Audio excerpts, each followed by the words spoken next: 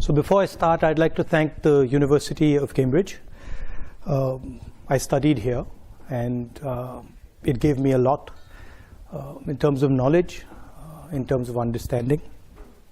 So it's quite a big deal for me to be standing here. I've sat there. I'd like to thank the Judge Business School, the Dean, the faculty and students, and I'd especially like to thank Professor Rao for having me here. I thought I would speak a little bit about India, about what is going on in India, and that's the Bharat Jodo bit. And then I would talk about two divergent perspectives on the planet, the American view of things, the Chinese view of things, and how those two are playing out. And then I'd conclude by placing some ideas on the table about how we can think about these two divergent forces. The central thread is about listening, and it's about listening at the individual level, but also listening politically at scale. So not just one person, but listening to millions and millions of people and understanding how they're feeling and how they're responding. Okay? And then also listening to different cultures, which you're not maybe used to or I'm not used to, and trying to get a sense of how they're seeing the world, and trying to piece together where they're coming from. So the broad idea is one of listening. Different cultures listen differently. There's a very specific way in which the Indian culture listens, and so I'll be talking more about that. I see a friend of mine, a Sikh friend of mine. You'll sort of get a sense of what I'm talking about, and it's also about what is going on at the international level and the risks that are potentially in front of us. Okay, so we can start with the Bharat Jodo. Everybody knows, and it's been in the news a lot, that Indian democracy is under pressure, is under attack, right? I'm an opposition leader in India, and we are navigating that space. What's happening? The institutional framework, which is required for a democracy, parliament, a free press, the judiciary, just the idea of mobilization, just the idea of moving around, these are all getting constrained. So we are facing an attack on the basic structure of Indian democracy. In the Constitution, India is described as a union of states, and that union requires a negotiation, requires a conversation. So it's slightly different than other countries. You can think about it much more at the scale of Europe, right? Multiple different states, much bigger than Europe, requiring a conversation and a negotiation to actually move forward. And it's that negotiation that is actually coming under attack and under threat, right? Here you can see that picture. That picture is taken in front of Parliament House, and that's where a whole bunch of opposition members of Parliament were just standing there talking about certain issues, and we were just locked up and put in jail. And that's happened 3 or 4 times, right? And it's happened relatively violently. That's just an example. And you've also heard of the attack on minorities, the attack on the press. So you get a sense of what is going on. Now, the one way I like to think about it is that Indian democracy is a public good, okay? Because it is by far the biggest democracy. At least 50% of people who live in a democratic space live in India. And so preserving and defending Indian democracy is more than just about India. It's actually about defending the democratic structure and the democratic system on the planet, right? Can we do the next slide? So that's what I described. capture and control of media and the judiciary, surveillance and intimidation. I myself had Pegasus on my phone. Large number of politicians have Pegasus on my phone, on their phone. I've been called by intelligence officers who tell me, listen, please be careful what you're saying on the phone, because we are sort of recording this stuff. So this is a constant pressure that we feel. Cases on opposition. I've got number of criminal libel cases for things that, you know, should under no circumstances be criminal libel cases, but that's the story, right? And that's what we are trying to defend. What we found as the opposition was that it's very difficult to communicate with people when you have this type of an assault on the media, on the democratic architecture. Can you go to the next slide? And so we decided to go back into Indian history and Indian culture, and we decided to use a very powerful tool that has been used in Indian history called the yatra. And that's Mahatma Gandhi doing a yatra against the British, which actually broke the back of the British Empire. It's called the Dandi Yatra. My Indian friends here will know about it. And it was a yatra that raised the issue of a salt tax. It was about 450 kilometers. The idea of a yatra, it's not just a journey, right? It's a journey, it's a conversation, it's listening to people, but at its heart, it's the idea of annihilating yourself. So at the heart of a yatra is the idea that you attack yourself, and you attack yourself by the distance that you walk, by the pressure you put yourself under, and that's the basic philosophy of a yatra. And the idea is that if you attack yourself and you shut yourself down, you shut your ideas down, then when someone speaks to you, you will be able to listen to him or her more effectively. That's the broad philosophical idea behind it, and it's there in a number of religious systems as well as an idea. The idea of attacking yourself, of annihilating yourself to understand, to observe, to listen. And it also has to have a sense of perseverance. It can't be that you just do it for 5 days. It's got to hurt you. It's got to be long. And it's got to take time. Can we do the next one? And so that's the yatra that we started. It started from Kanyakumari in the south, and it went all the way to Srinagar. 5 months, well actually 4.5 months of continuous walking, 4,000 kilometers, 14 states, 136 days, 9 languages, multiple religions. Next slide. And so we started on this. We decided, okay, we're going to do this. We got 125 core people, and we said, okay, we start to walk. And we had no idea, frankly, what we were getting ourselves into. Okay, because I'm a runner, so for me, I thought to myself, look, okay, we're walking 30 kilometers a day. I run 10 easily, so 30 can't be that difficult, right? A little bit of arrogance. So I was like, this is not going to be a big deal. And so we started. And immediately we realized what we had got ourselves into, okay? Because this was not actually about the distance at all, right? The distance was almost irrelevant. It was about the energy that was embedded in this thing, right?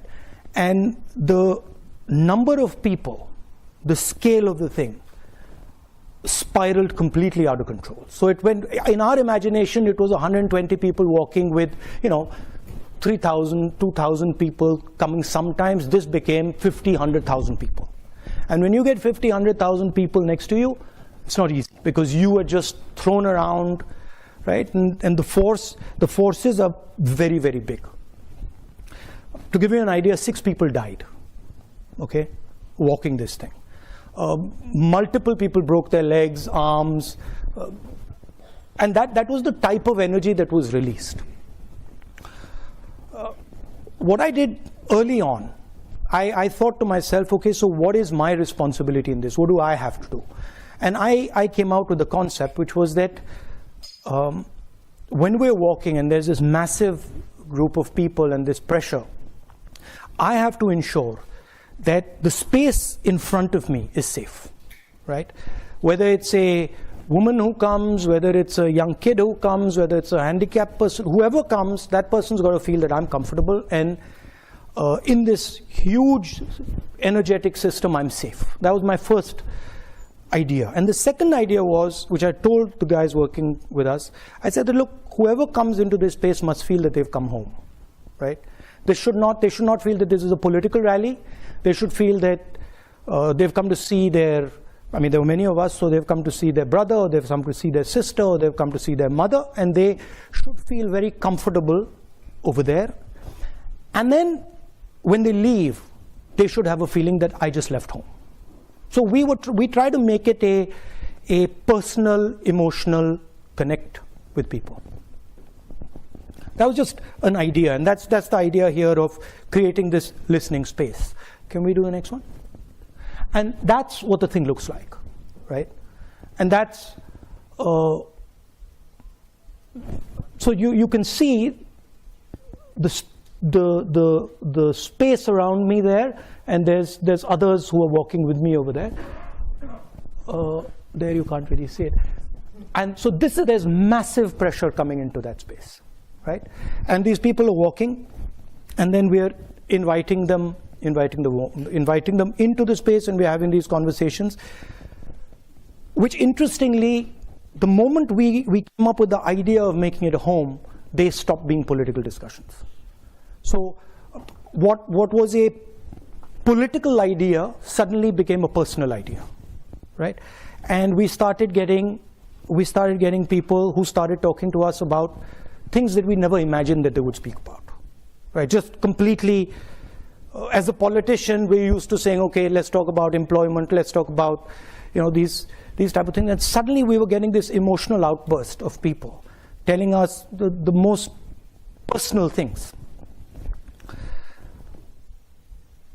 When you meet somebody, especially when you're a politician, the first thing you're trying to do is you're trying to tell them that you understand their situation, right? And even in business, that's the first thing you're trying to say. Look, I know what your problem is. I know how to solve your problem. That's the starting point. So when I began, that was my idea. Somebody had come to me, and I'm a farmer. Oh yeah, your problem is, with the seeds, and your problem is, the fact that you're not getting your insurance money, etc. These type of things, and very quickly that just stopped, because the number of people that I was dealing with, was just too much, and the pain. Then what also started to happen was my knee started to give me trouble. I had an old injury in college which had gone away, and then suddenly that thing started up, right? So in my mind, I was like, okay, I got to make sure that this is under control. And frankly, there's not much I can say now. And I just got to listen to everybody. And so what slowly started to happen is that my desire to speak just started to die, right? One, because I couldn't speak to so many people, and two, because I was in pain, and I was just like, okay, I got to cruise through this thing, right? I'd get up in the morning. I mean, you can imagine it. You have knee pain. And you're like, okay, so how many kilometers do I got to go? 3,500. I mean, how do you even come to terms with that, right? You're like, my God. Right? So this is, as I was dealing with this, I started to sort of go silent, right? And so I would speak to somebody. It would be as if I was like a dark lake. I'd just be sitting there and silently, and the person would be speaking to me. And slowly I started to feel many things that I could not feel before, right? So for example, a farmer would come, he'd grab my hand, and immediately when I grabbed his hand, I could tell suffering that he's been through, the pain that he's been through, the difficulty he's been through. So you started to hear, not just with your ears, you start to hear with your hands, you start to hear, listen with your eyes, you started to look, you're walking with somebody and you can see that he's struggling. So you start to get a sense of what this person is and where he's coming from. Very, very deep sense of that. I'll give you the most shocking example of this, and I said that these discussions started becoming very personal. So we're walking and suddenly these two, and how you can hear in an individual, right, the voice of millions of people, right? That's what as a politician I think about. How do I take what you're saying and say, okay, how do I now take it from there to what a million ladies are saying, or million women are saying, or what you're feeling, how do I translate it to what a million or 500,000 women are saying? So I'm walking, and suddenly these two girls come, one of them grabs my hand on this side, and the other one grabs my hand on this side. And when they grab my hand, I feel something I've never felt before, right, in the hand. I'm like, this is strange. The way they're holding my hand, there's something strange in it, right? It's like, almost like a desperate way of holding my hand. So I look at the girl and I say, tell me, what's happened? How are you doing? And she looks at me and she says, well, my sister and me, that's the sister, were gang raped by 5 guys. So this is not a personal conversation that you have with somebody you've just met. So I'm like, look, let's call the cops, right? That's my first reaction. I'm like, that's a real problem, let's call the cops. And they're like, no, please don't call the cops. You can't call the cops. So why can't I call the cops? And they're like, well, if you call the cops, we'll be shamed. And then the girl says, and I'll never be able to get married. So I said, what do you want me to do? They're like, don't call the cops. So I was like, okay, so but then what do I do? If I don't call the cops, how do I help you? They're like, no, we just wanted our brother to know what has happened to us. And I said, yeah, you've told your brother what's happened to you, but now what do I do? And they're like, there's nothing you can do. And then they walked away, right? So now you extrapolate that, and you can see thousands of women who have faced something like that, and you can see the pain that is there hidden. You can see the difficulty that they're dealing with. The other thing they said, the other thing I thought when they walked away, I was like, my God, so these girls have dealt with this, and now they're going to deal with it for the rest of their life, and they're never going to tell anybody. Right? And I thought, that's crazy. But that's it. Right? So these are the type of things that started to happen. And they started to change. As a politician, the way I look at people and the way I think about people and the way I react to people, right? Almost like a silence in me that is just, okay, say what you have to say and I'm quiet. And there's nothing I'm going to say. And tell me everything you have to say, right? And then once you've told me, I'm not telling anybody, right? Which is trust. So that's what this yatra started to do, and it started to happen with kids. I'm walking I'm walking, and just to give you a flavor of India, I'm walking, and there are these little beggars who come, little kids, and they come and they hug me and stuff. So I'm fooling around with them, and another man comes and says, "Don't do that." So don't do what? He's like, "Don't touch them." I said, "Why?" He says, "They're dirty." So I said, "No, you and me are dirtier than them." Right? So you can see then these ideas that are floating around that suddenly you never heard them before. You never heard, or you didn't get the granularity of it anyway. And then can we go to the next? Yeah. So that's a Sikh mechanic. You can see his hand there, and this is a girl whose house has been broken. Whose house I think has been smashed. Anyway, next. Now this is where the thing gets really interesting. So we are going through all the states, and Kashmir is a state which is insurgency prone, right? There's a lot of violence. There's been quite a lot of violence for many years. In fact, that picture there is me putting flowers on the spot where almost 40 soldiers were killed by a car bomb some years back. So we arrive in Kashmir, and Kashmir is this so-called violent place. And as I'm entering Kashmir, the security guys come to me and say, listen, we need to talk to you. So what do you need to say? And they say, well, look, the thing is, you can't walk in Kashmir, right? It's not a good idea. We're walking 3 days, and we're walking 3 days in the roughest districts. So you can't walk in Kashmir. It's a bad idea. So I'm like, why can't I walk in Kashmir? And they're like, well, because you'll get hand grenades thrown on you. So now I'm responsible for 120 people I'm working with, right? So I'm like, look, let me go and have a little word with them. And so I go and have a little word with them and say, look, they're telling us they're going to get hand grenades thrown at us. And they're like, okay. And I was like, frankly, I want to walk. I mean, you know, if we get hand grenades, we get hand grenades. So they're like, yeah, we should all walk. And so we decided we're going to walk. And we start to walk. And suddenly what starts to happen is these Indian flags start coming everywhere, right? Everywhere, they just start coming out, right? The first day we're told about 2,000 people are going to show up, and 40,000 people show up, right? And that thing over there, when I'm sitting on that jeep, is because the police and security system just been overloaded, and it's collapsed, right? Because they can't manage the crowd. And if you look carefully, you'll see the panic on the security people's faces. Anyway, they pull us out of that and say, this just doesn't work. We can't go through this in this manner. And then the next day they set it up properly, and then we go through.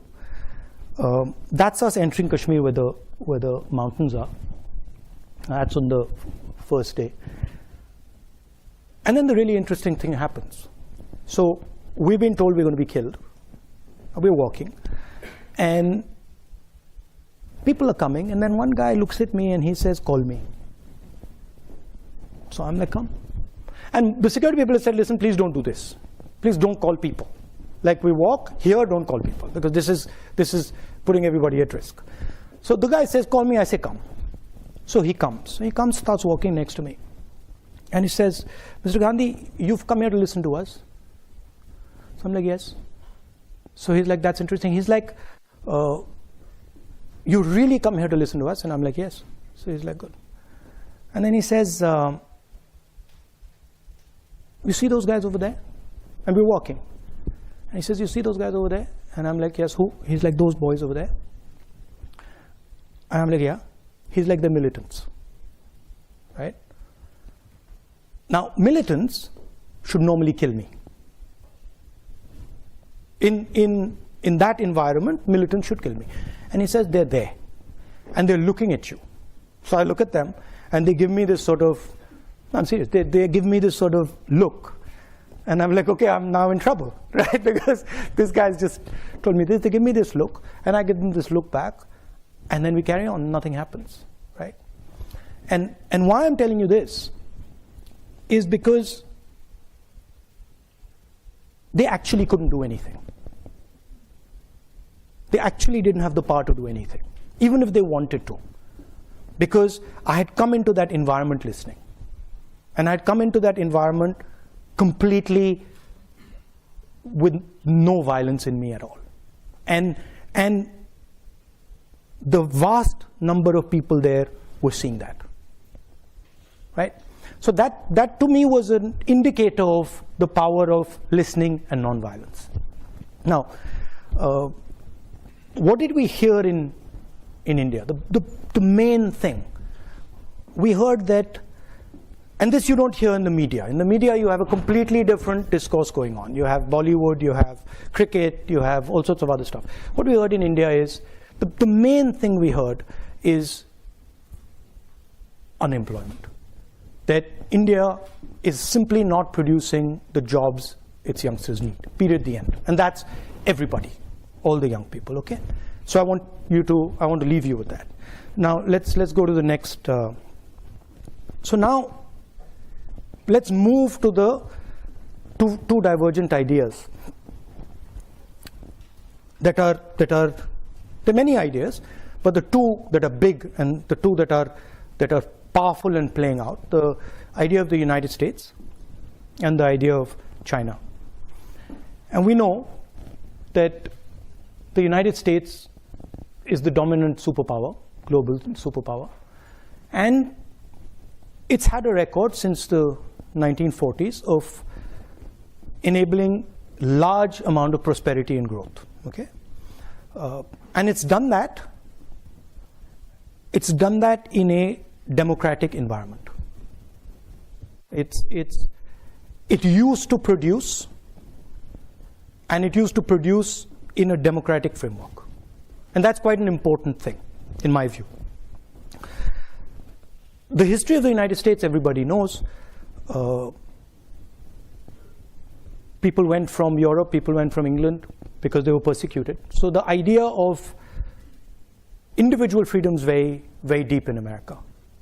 And the Americans, at least with their citizens, will protect that idea very firmly and very strongly. Right? And the other idea that's central to America is the idea of openness, the idea that anybody can come into America and anybody can dream the American dream. I was educated there, and I remember being surprised at how open it was. I'll give you an anecdote. My father had just died, and I had been killed, and I was in America in college, and I was a bit upset. So my guardian told me to come from Boston to Atlanta, and I remember 3 or 4 in the morning. I got up, took the cab to Logan Airport, and there was a Haitian taxi driver. And I started talking to him, and he said, you know, America's given me my life. America has given me everything I have. I had nothing in Haiti, and I came here, and they love me, and they treat me with respect. And I'm part of the American dream. And then I walked out to on the curb, and as I was walking out, I pulled my suitcase out, and there was a guy standing there, and he had these suitcases in front of him. So he said, which airline are you flying? And I was a bit suspicious. I was like, why is this stranger asking me which airline am I flying? And anyway, I hesitated, and I told him, and he said, oh, you can do curbside check-in. And I was, what's that? And he's like, well, you can just leave your bags here. Now, for me, this was just like a mind-blowing idea, right? Like, I leave my bags here? Okay. So I was like, no. He's like, no, you can leave your bags here. So I was like, okay, so who are you? And so he pulls out his airline ID. And I'm like, okay, that's interesting. And I leave the bags. And then I walk off, I remember asking myself, when are these guys going to check my ID? Right, I had a passport and my college ID, and when are they going to check my ID? And they didn't check my ID. They didn't check my ID right into the plane. This was pre-9/11, so maybe a lot of you guys don't remember this, but haven't felt this. But I was like, what's going on, right? And why are these guys not checking this ID? In my own country, they check my ID. Right? They'll ask me for the passport immediately, and here they're not. What is going on? And I remember sitting on the plane saying, my God, this is an amazing place. I've come here a few months ago, and they've let me through the airport. They've not checked me, and they trust me. They believe in me, right? And to me, those two ideas are the core of the idea of America. They will make you feel comfortable, and they will protect you. Okay, in America. In America, not outside America often.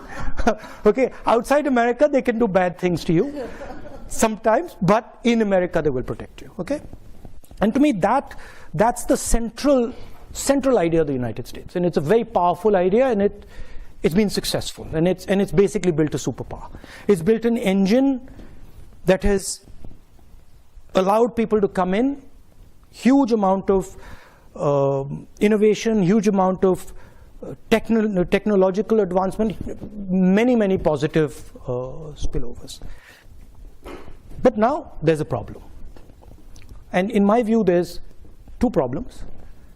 One problem is that post 9/11, that that idea that anybody could just walk into America has been challenged, questioned.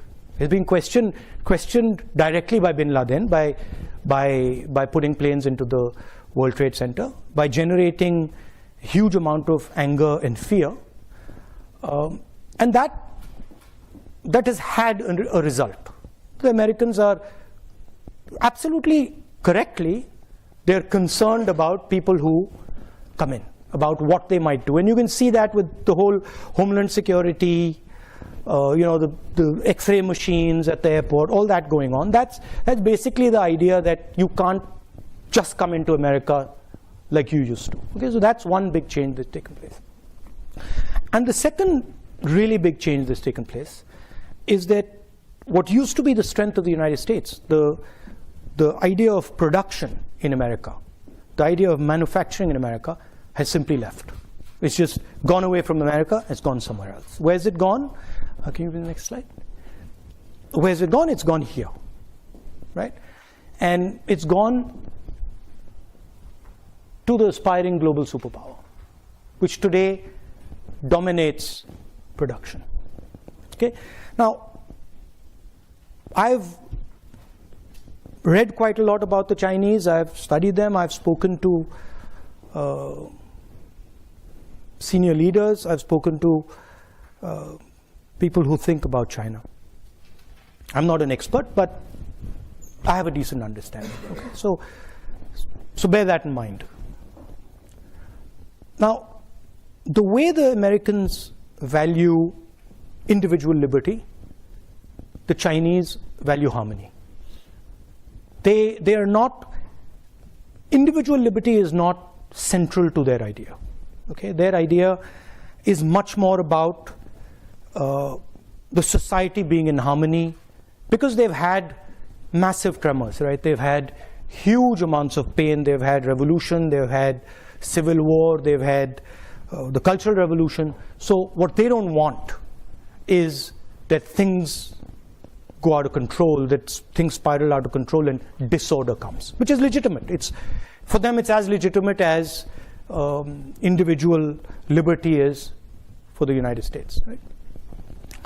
For them. One conversation that I had really struck me about China, and it's shaped how I think about it. Okay, and the conversation was with a senior gentleman of the Communist Party, and I asked him. I said, "Tell me, what is China?" Right? I said, "Is China a country?" He says, "Yes." And I said, "Okay, is China a nation?" And he said, "Yes." I said, "No, but give me a Chinese explanation of what you are." And so he says, "Look, Mr. Gandhi, I'll explain it to you." He says the Yellow River comes down from the Himalayas. It flows down. And it has unlimited power. It has unlimited energy in it. He says if Chinese civilization orders itself and organizes itself effectively, which it does on the coast, mostly, it can harness the power of the Yellow River. And when it harnesses the power of the Yellow River effectively, China rises. He says sometimes what happens is the Yellow River comes with all its energy, and China cannot organize itself to harness its energy. And then there is disorder in China. And the energy havoc and then flows into the sea and is wasted. And I thought this was a completely different way of thinking about a country than anything I had heard from any Western politician. I had never heard anything of this type, right? If you ask American politicians what is America, it's land of the free, right? They don't start talking to you about the Mississippi River and that's I never heard it. Maybe they do, okay? But so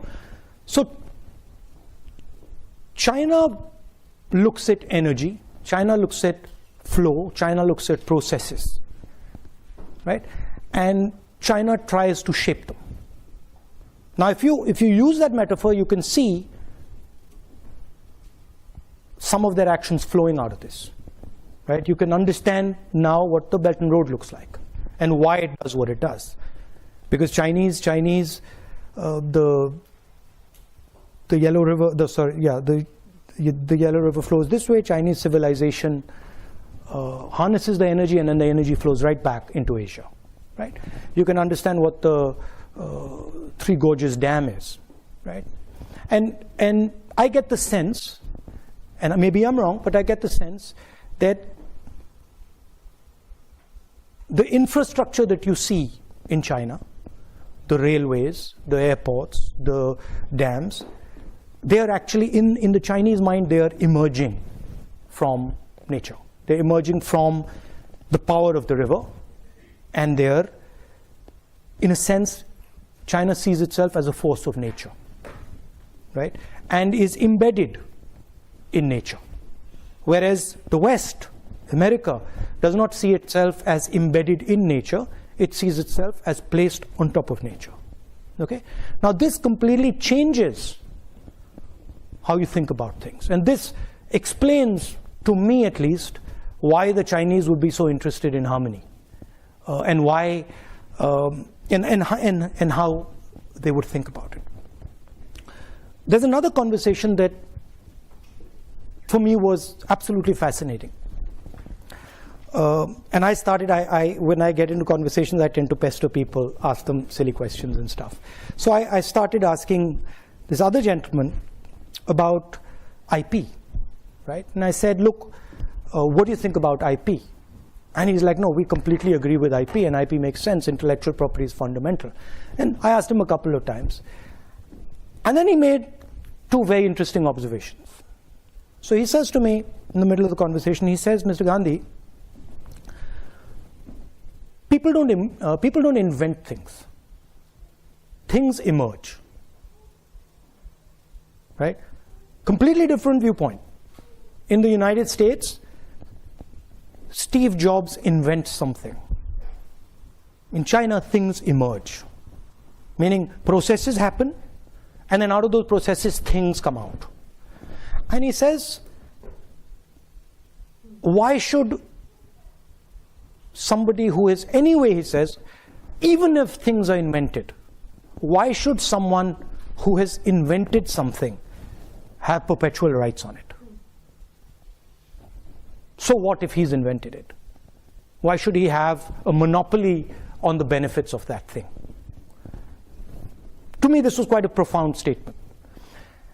And I said to him, look, the logic is that you give him the right to give him an incentive so that he invents again, right? I said, how do you think about incentives? He says, oh, very simple.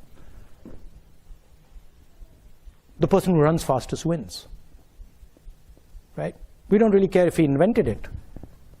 If he can run fast enough and other people can't catch up with him, that's good enough incentive for him, right? So here you see two completely different ideas. One, that they're a force of nature, and two, powerful ideas, as powerful as American ideas for them, right?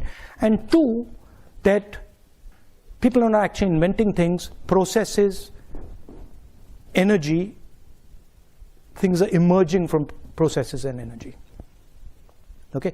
And this makes their worldview completely different. One last thing.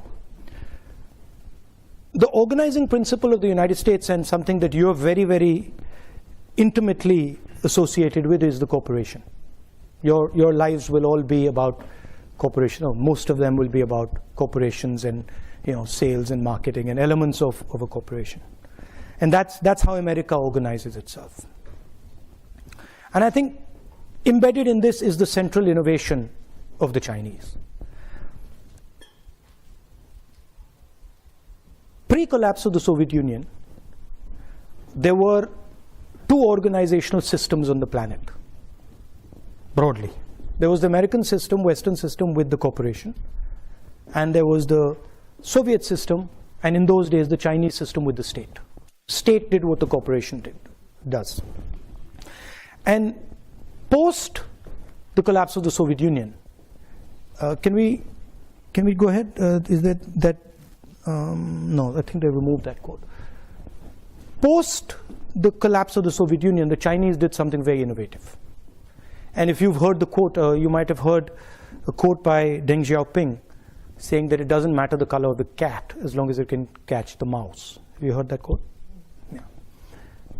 So I think what he was saying in that quote was that actually we will organize ourselves using the cooperation, just like the West, right? But we will do one further thing.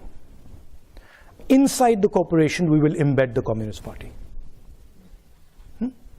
So it's a hybrid. It is exactly like the United States as far as the cooperation is concerned, and then it's got a magic trick in it, which is that inside the cooperation is what they call the instrument of the people, what we call the Communist Party of China, right? And this does something fundamental. What it does is it allows the Communist Party of China to have a full monopoly on information in the country, which the government of the United States doesn't have, or the government of India doesn't have, or the government of most other countries doesn't have, because there's a separation between the state and the corporation.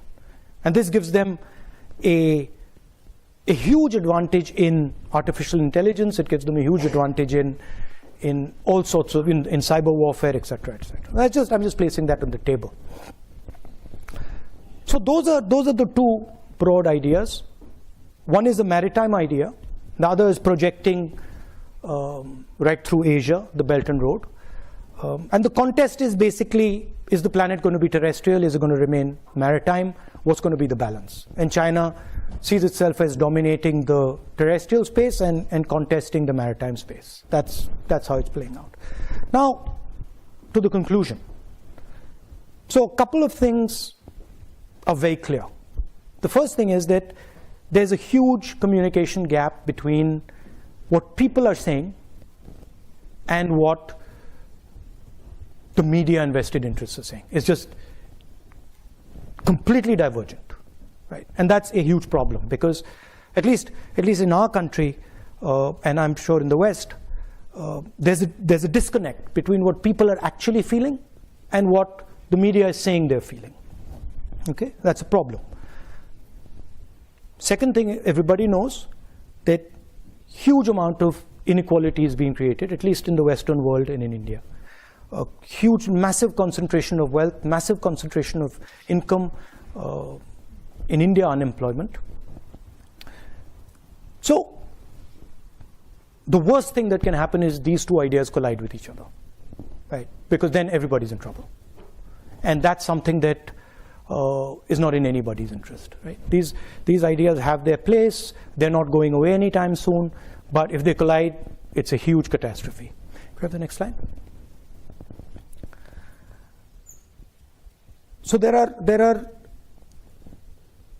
two things that to me are quite obvious. Number one, that with the technological advances that are taking place, with the communication system, the fact that the world is getting hyper-connected, the planet is basically becoming like an organism, like a connected organism with a nervous system, right? And that means things will move very, very fast. I mean, I don't want to use a bad analogy, but cyanide kills you in seconds because it uses your nervous system, right? And it kills you with almost no energy. It requires very little energy to completely wipe you out. So that's the space we're heading, where things will move very, very quickly and they will infect everything very fast, right? So the first thing we have to think about is the need for a global immune system that listens very fast to escalation that is uncontrolled. And Ukraine would be an example, right? We're sitting here, Ukraine just keeps escalating. Nobody actually knows where it's going to end. So those, in a hyper-connected world, that's a very dangerous thing. And you need institutions and you need thinking that says, okay, these are the type of things that we tamp down immediately. So that's one idea. And the second idea, which I think is fundamental and goes back to the point I raised about India being a public good and being the biggest democracy in the world, we simply cannot afford a planet that doesn't produce under democratic conditions. Okay? Because if democracies do not start producing again, right, they will not survive. Because the tensions that will arise inside the democracy, the inequality that will arise, the anger that will arise will just collapse the democracy. So what is required is new thinking about how you start to produce in a democratic environment, which is completely different than production in a coercive environment. In a coercive environment, what you're basically doing is a factory, a production unit has a huge amount of socio-political energy inside it. And what you're doing is you're forcing it closed inside the structure. You can't do that in a democracy. So that conversation between labor and capital has to happen, has to be a negotiation, right? And I think that's where a lot of the thinking has to happen. How do we start to produce again in a democratic environment, and how do we manage the negotiation between the structures in the factory so that they can happen in a democratic structure? Otherwise, in my view, democracies are in trouble, in big trouble, right? And that the good news there is, of course, technology will help you, decentralization will help you, decentralization of power will help you. So I think things can be done now that couldn't have been done 10, 20, 30 years ago in terms of technology, in terms of decentralized manufacturing, in terms of the structures that you need for that negotiation. But I think that's where a lot of the conversation has to happen. And finally, for me as a politician, the idea of listening, observing, and doing it persistently, quietly is very powerful. And I think these ideas, divergent ideas, they need to also spend some time listening to each other. One mustn't say that, oh, this is wrong and that is right. Everybody has his own way of doing things. But I think one must give space to the other and say, okay, what is that other person doing? And that requires a little bit of the idea that I mentioned at the beginning, this idea of annihilating the self, right? I'm going to keep quiet. I'm going to curb my desires. I'm going to curb my imagination, and I'm going to listen to the person in front of me with compassion, with affection, and see what he's trying to say, and listen deeply to what he's trying to say. I think that would be very, very good for the planet. Thank you.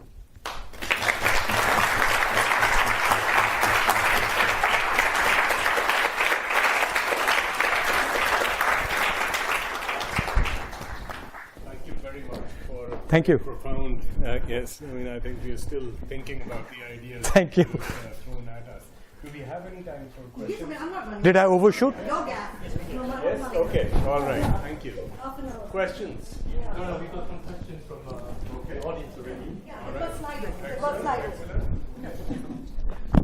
All right. First question is, what are your thoughts on the rising power of the right wing in India? Its control of key institutions like the media and the judiciary. So when you look at these things seriously, you have to go past. You have to go past the idea of the right wing, and you have to go into what are the forces behind that structure, right? So, what is causing that sort of change? Number one, massive concentration of wealth in few people's hands. Number two, complete control of the media as a result of the concentration of wealth. And number three, the lack of production in India, right? So, if you have people working in factories, right, they can organize themselves politically. And if you can organize yourself politically, you can get a counterforce to right-wing mobilization. The problem is the bulk of India's people are unorganized labor. So it's very difficult for them to organize. They want to organize, they understand the need to organize, but because they're completely separate, They can't, right? So that's really how to think about it.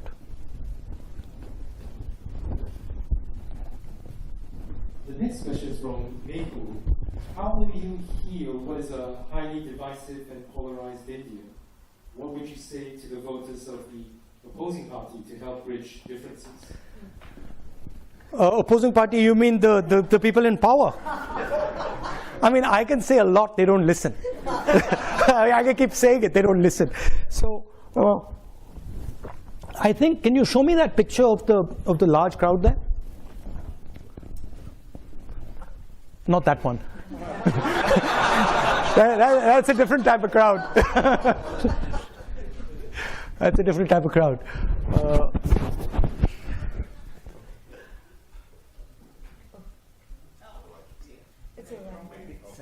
I think it's, yeah. It's a second, earlier. This one. So this is mass mobilization, right? And this is actually how you fight politically.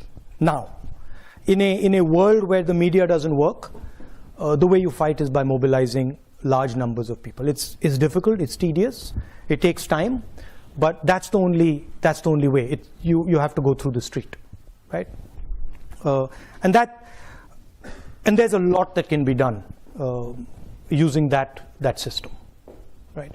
I'm in fact surprised that it's not used more in other countries. I wonder about it, right? Because it's actually quite a simple thing to walk across India. It's not a complicated thing, right? And it's a very, very powerful thing.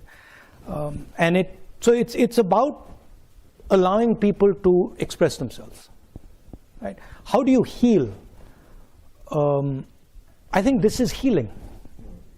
I think this really heals, because when somebody comes out and says, look, I had the opportunity to say what's in my heart. By the way, I had BJP guys coming here.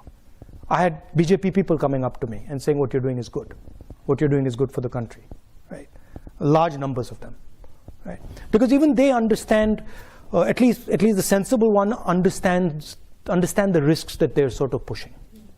Because in a hyper-connected world, you sort of create too much polarization, you get a massive backlash, and it can be very bad.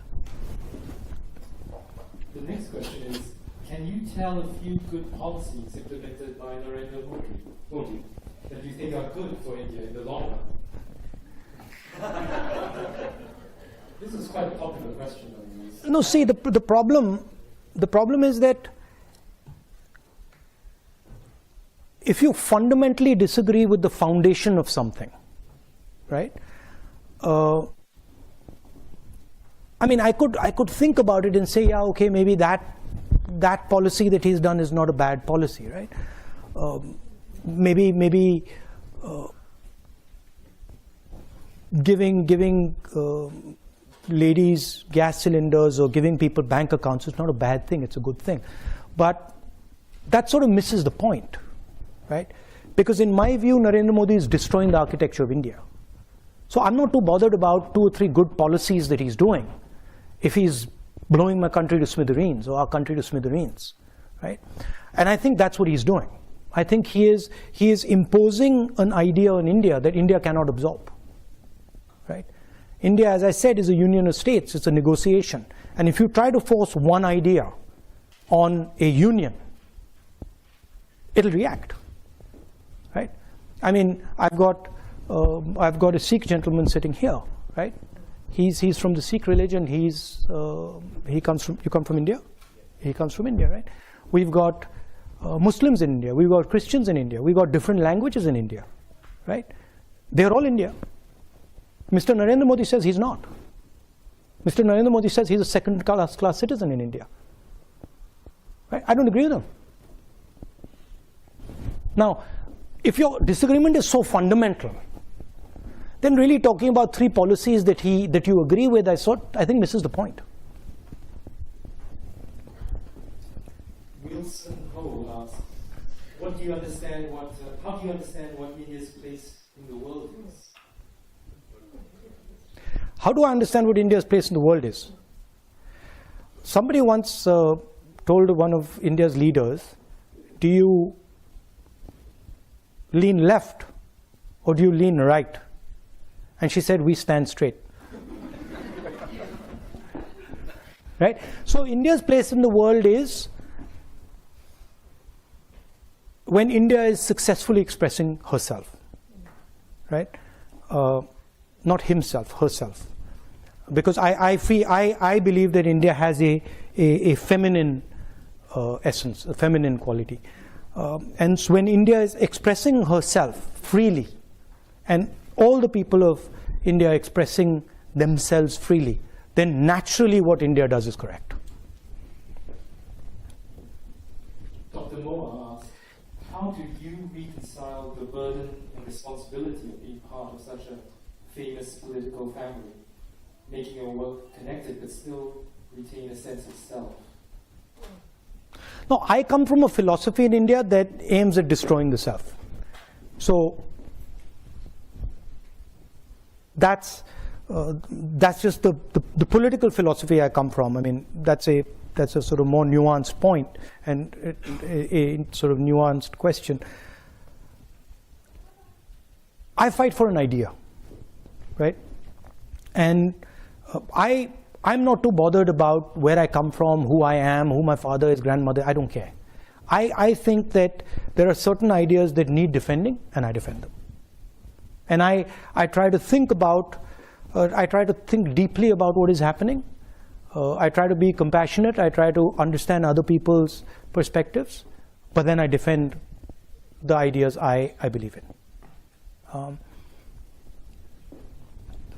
Siddharth asks, India has always experienced brain drain and lost great talent to the West. How does it provide opportunities for corporates, business, etc.?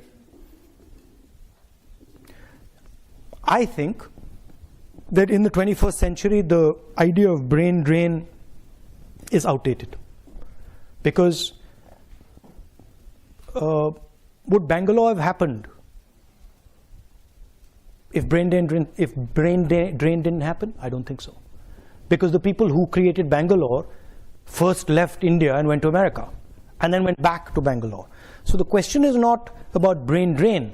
The question is, are you able to create the conditions in India that brings people back? Are you, and this is something I think the Americans used to do very, very well, right? People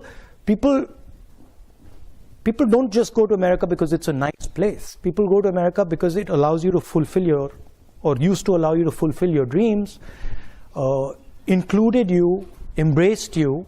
So those are the type of values that make people go to places. And if India does that, and if India is open to people and is easy to work in, people go back. I mean, I do believe that it's very important that Indians go out and learn about the rest of the world. I think it would be a disaster if India suddenly said, look, we don't want to go out at all, and we don't want to learn anything, we just want to learn back home. I think it would be a disaster.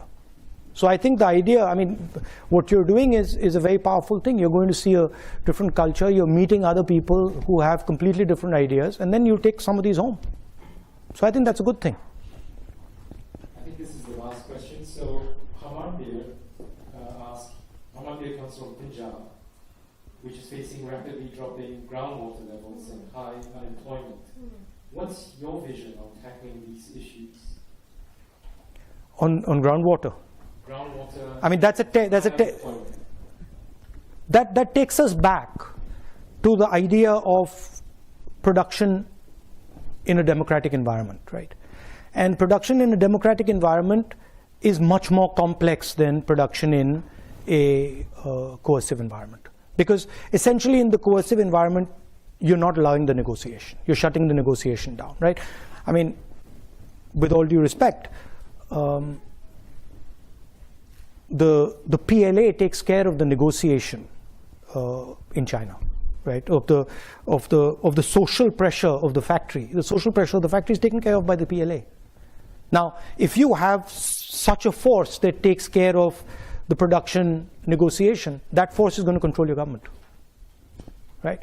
So if any country decides that, look, what we're going to do is we're going to coercively control manufacturing, well, it won't be a democracy. Because the people who will coercively control it will take over the country, right? So production in a democratic environment is difficult. It's not easy. It's been done. The Germans do it very well. Other countries, the Koreans do it, the Japanese used to do it, America used to do it very well, right? But it needs a new imagination.